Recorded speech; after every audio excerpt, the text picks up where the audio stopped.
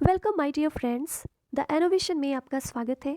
आज हम पढ़ेंगे फ्लेमिंगो की third poetry that is keeping quiet, जिसको नाम से ही हमें मालूम हो रहा है कि keeping quiet it means this poem is all about to keep silence. चुप होने के लिए, शांत होने के बारे में ये पोएम हमसे बात करती है। The writer of this, the poet of this poem is Pablo Neruda. So Pablo Neruda is the pen name of Neftali Ricardo Reyes Bosalto, who was born in the town of Barrel in Chile. So he is a Chilean poet. Neruda's poems are full of easily understood images which make them no less beautiful. तो इनकी जो कविताएं होती हैं वो images से भरी हुई होती हैं, और ऐसी इमेजेस जो कोई भी आसानी से समझ सकता है और जो इसको बहुत ही खूबसूरत बनाती है। इसकी खूबसूरती में कोई कमी नहीं आने देती। किसकी खूबसूरती में? पोम्स की, कविताओं की। He won the Nobel prize for literature in the year 1971। तो इनको नोबेल प्राइज़ मिला था 1971 में। In this poem Neruda talks about the necessity of quiet introspection and creating a feeling of mutual understanding among human beings. Actually मुझे ज़ुकाम है, तो इसलिए थोड़ा थोड़ा बीच बीच में कुछ आपको प्रॉब्लम सुनाई दे रही होगी, गड़बड़ सुनाई दे रही है, बट प्लीज़ डोंट माइंड। तो पैब्लो नेरुडा इस पोम में हमसे बात करते हैं, हमें समझाना चाहते हैं कि चुप रहना, साइलेंट रहना, क्वाइट रहना कितना ज़रूरी है, उसकी क्या नेसेसिटी है। क्योंकि जब हम चुप होते हैं, जब हम साइलेंट होते हैं, तभी हम अपने अंदर झांक पाते हैं। हम क्या करते हैं? इंट्रोस्पेक्शन करते हैं। तो अगर हमसे कोई थीम के बारे में पूछता है कि क्या थीम है, तो ये पीस की बात करती है, यानी शांति की बात करती है, इंट्रोस्पेक्शन की बात करती है ये कविता। तो जब हम चौबीसों घंटा दूसरों में ही झांक रहे हैं, दूसरों को ही देख रहे हैं, उनकी अच्छाइयाँ बुराइयाँ, उन्हीं से इन्फ्लुएंस है, उन्हीं को सुन रहे हैं, तो हमें कब टाइम मिलेगा खुद को देखने का? जब हम खुद को देखते हैं, अपनी अच्छाइयाँ बुराइयाँ ध्यान देते हैं, तो थोड़ा सा पीस होता है। और दूसरी चीज़ ये कि जब हम शांत होते हैं, कोई एक्शन नहीं, कोई रिएक्शन नहीं, तो उससे एक हार्मोनी क्रिएट होती है। जब पोएट कहते हैं कि हम कुछ देर के लिए ही सही बस शांत हो जाए, जिससे कि क्या होगा कि एक फीलिंग होगी म्यूचुअल अंडरस्टैंडिंग का अमंग ह्यूमन बींग्स। लोगों, इंसानों के बीच में आपसी एक समझौते का, एक विश्वास का, एक हार्मोनी का, एक शांति का रिलेशनशिप क्रिएट होगा। जैसे कोरोना के समय हम सारे लोग घरों में कैद थे, ह्यूमन बींग्स के जो भी हरकतें, हलचल है इस धरती के ऊपर, वो बहुत ही कंट्रोल्ड, बहुत ही लिमिटेड हो गई थी। तो इससे नेचर को खुद को रिवाइव करने का एक मौका मिला था, और पॉल्यूशन वगैरह भी बहुत कम हो गया था। तो उसी तरीके से यहाँ पोएट कहते हैं कि अगर हम कुछ देर के लिए भी शांत रहेंगे, तो इससे बहुत सारी अच्छी चीज़ें देखने को मिलेंगी। जैसे कि जो युद्ध हो रहा है वहाँ पर शांति होगी, जहाँ पर लोग धरती पर या फिर प्राकृतिक संसाधनों का एक शोषण कर रहे होते हैं, वो सब कम हो जाएगा। तो ऐसे बहुत सारे जो नेगेटिव चीज़ें हैं वो बंद हो जाएंगी हमारे शांत होने से, कुछ देर के लिए ही सही। अगर हम कोई भी एक्शन नहीं करते हैं, एकदम शांत रहते हैं, तो इससे थोड़ा सा शांति फैलेगी, पीस फैलेगी, हार्मोनी होगी और ब्रदरहुड होगा। तो चलिए अब हम पोएम को पढ़ते हैं। Now we will count to 12। 12, जो हम वॉच देखते हैं तो उसमें जो 12 घंटे होते हैं, तो ये उसका सिंबल है 12। वी यहाँ पूरे मैनकाइंड के लिए कहा जा रहा है। पोएट लिमिटेड लोगों की बात नहीं कर रहे हैं, पूरे मैनकाइंड की बात कर रहे हैं कि अब हम लोग 12 तक गिनेंगे and we will all keep still, और हम सभी शांत हो जाएंगे। For once on the face of the earth, पहली बार इस धरती पर, इसके धरातल पर, let's not speak in any language. चलो हम किसी भी भाषा में बात नहीं करते हैं। पोएट कहते हैं कि let's not speak in any language, कोई भी भाषा में हम बात नहीं करेंगे। लेट्स स्टॉप फॉर 1 सेकेंड, एक सेकेंड के लिए हम चुप हो जाते हैं। And not move our arms so much, और हम अपने आर्म्स को भी नहीं हिलाएंगे, मतलब ना ही हम बोलेंगे और ना ही हम कोई एक्शन करेंगे। आर्म्स से मतलब है एक्शन करने से। So according to poet, languages create barriers. जो भाषा होती है, हमें किसी और देश के लोगों की भाषा नहीं समझ में आ रही है, तो हमारे बीच एक बैरियर बन जाता है ना, कि हम उनको नहीं समझ पा रहे, वो हमको नहीं समझ पा रहे। तो यहाँ पे पोएट कहते हैं कि ऐसी बात है भाई, तो तुम कोई भी भाषा बोलो ही मत, कुछ देर के लिए चुप हो जाओ, कोई भी एक्शन करो ही मत, कुछ सेकंड के लिए शांत हो जाओ। It would be an exotic moment. वो पल कैसा होगा जब सारे लोग एकदम शांत हो जाएंगे? वो मोमेंट कैसा होगा? एक्सॉटिक मोमेंट होगा, एकदम शानदार पल होगा। विदाउट रश, रश जो भागा दौड़ी लगी हुई है लाइफ में, ऐसा कुछ नहीं होगा उस मोमेंट में। विदाउट इंजन्स, ये जो गाड़ियाँ चल रही हैं सड़कों के ऊपर, कुछ भी नहीं चलेंगी। We would all be together, हम सारे लोग एक साथ हो जाएंगे। इन अ सडन स्ट्रेंजनेस, हाँ एक अजनबीपन सा तो होगा, लेकिन फिर भी हम सारे लोग एक साथ हो जाएंगे और शांत हो जाएंगे। Fisherman in the cold sea would not harm whales. देखिए यहाँ पे ही एक्सप्लॉयटेशन की बात हो रही है, जो नेचर का एक्सप्लॉयटेशन किया जा रहा है, कि जब हम शांत हो जाएंगे, जब हम 12 तक गिनती गिनेंगे, काउंटिंग करेंगे, उस दौरान हम सभी लोगों को शांत हो जाना है, हमें कोई एक्शन नहीं करना है।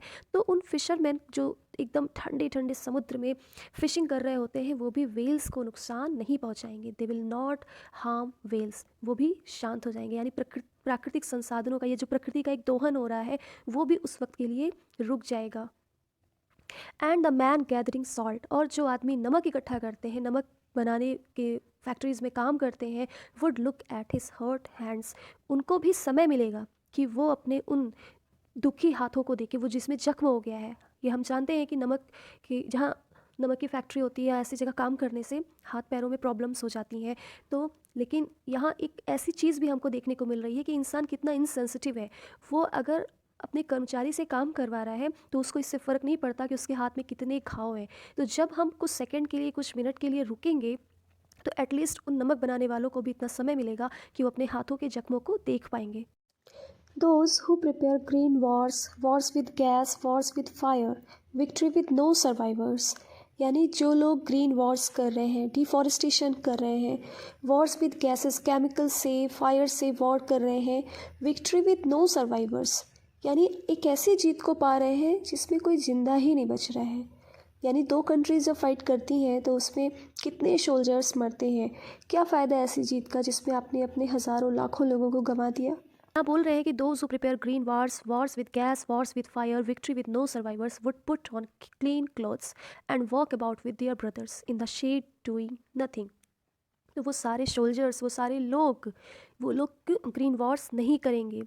जब हम कुछ पल के लिए शांत हो जाएंगे तो वो लोग ग्रीन वॉर्स नहीं करेंगे, केमिकल से, फायर से वॉर्स नहीं करेंगे, और फिर वो लोग क्या करेंगे, they will put on clean clothes, वो साफ़ कपड़े पहनेंगे, and walk about with their brothers, और वो अपने उन भाइयों के साथ में चलेंगे। यहाँ ब्रदर्स से मतलब है जो एनिमी, जिसको हम अभी तक एनिमी समझ रहे हैं, वो हमारे भाई ही हैं, फिर वो उनको भाई समझ करके उनके साथ चलेंगे इन द शेड, छाया में, डूइंग नथिंग, और क्या करेंगे, कुछ भी नहीं करेंगे, डूइंग नथिंग।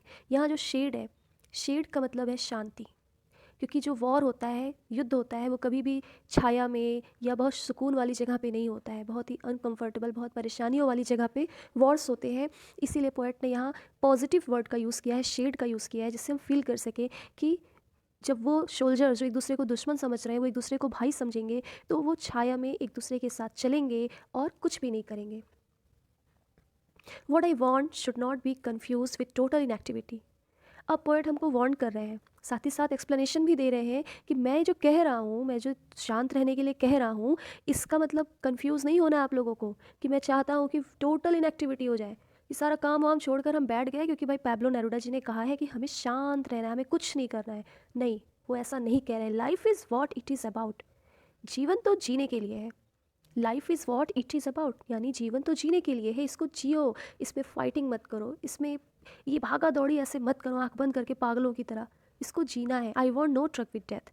यहाँ पर भी वो क्लैरिफाई कर रहे हैं कि मैं ये नहीं कह रहा हूँ कि टोटल इनएक्टिव हो जाना है, ये इसका भी वही मतलब, I want no truck with death का मतलब है कि मैं ये नहीं कह रहा हूँ कि जैसे ट्रक के ऊपर डेड बॉडीज़ दिखती हैं, आ रही होती हैं भर भर करके, तो ऐसे नहीं होना है कि मैं चाहता हूँ सारे लोग मर जाओ और फिर ट्रक के ऊपर मुझे डेड बॉडीज़ देखनी है, ऐसा नहीं है मेरे कहने का मतलब है। इसका सेंस है कि टोटल इनएक्टिविटी, तो मैं ये नहीं चाहता हूँ कि सारे लोग टोटल इनएक्टिव हो जाओ, मैं ऐसा नहीं कह रहा हूँ। If we were not so single minded, अब वो आगे कहते हैं कि अगर हम लोग, सिंगल माइंडेड का मतलब है गोल ओरिएंटेड, कि एक ही चीज़ हमारे दिमाग में घूम रही होती है, अगर हम लोग ऐसे नहीं होते, हम लोग ऐसे ना हो कि हम एक ही चीज़ दिमाग में लेकर घूम रहे हैं, वो चीज़ क्या है, about keeping our lives moving, वो चीज़ है about keeping our lives moving, कि हम अपने जीवन को चलाने के लिए सिंगल माइंडेड होकर के उसी चीज़ के पीछे भाग रहे होते हैं।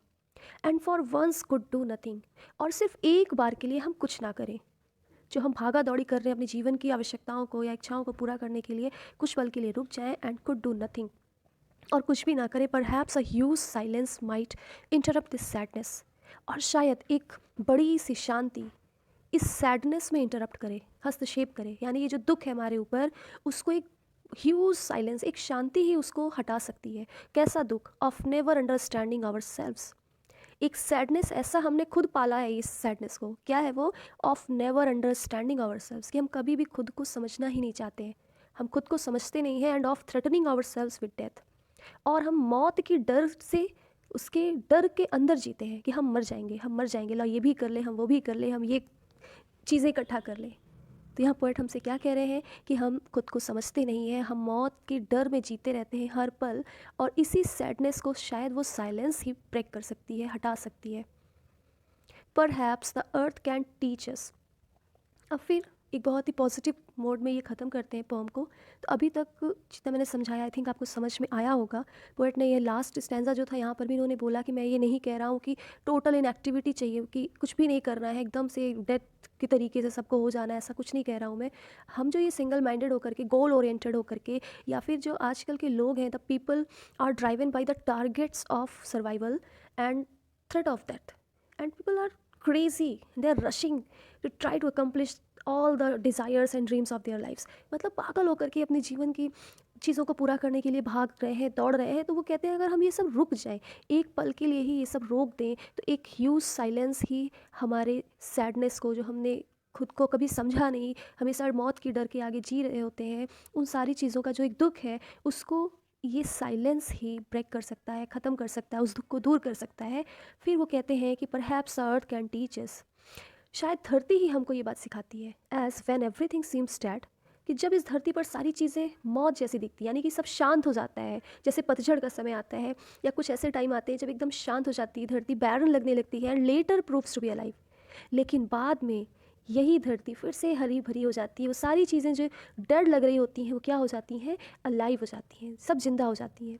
तो धरती से बहुत कुछ सीखने को हमें मिल सकता है। धरती कितनी शांत रहती है, पोएट ये भी समझा रहे हैं कि धरती कितनी शांत रहती है, वो हमारी तरह एकदम अधीर नहीं रहती, इम्पेशेंट नहीं रहती है, बहुत ही शांत रहती है। तो हमें भी बिल्कुल उसी की तरह शांत रहना चाहिए। भले ही हमें कुछ पल के लिए ऐसा लगे कि चीज़ें डेड हो गई हैं, ख़त्म हो गई हैं, but later it will prove to be alive. Now I will count up to 12। Poet कहते हैं कि अब मैं चलो फिर से काउंट करता हूँ 12 तक, and you keep quiet and I will go. आप लोग शांत हो जाइएगा और मैं जाता हूँ। तो आई थिंक आपको ये पोएम समझ में आई होगी। यहाँ पर वॉर के अगेंस्ट बात करते हैं पैब्लो नेरूडा जी, शांति, पीस की बात करते हैं, हार्मोनी की बात करते हैं, ब्रदरहुड की बात करते हैं, और इंट्रोस्पेक्शन करने की बात करते हैं, म्यूचुअल अंडरस्टैंडिंग जो ह्यूमन बींग्स के बीच में है उसको बढ़ाने की बात करते हैं। So this is all about this poem. Now I will also say you that you please keep quiet and be patient and do hard work in your life, and I will go. Thank you so much.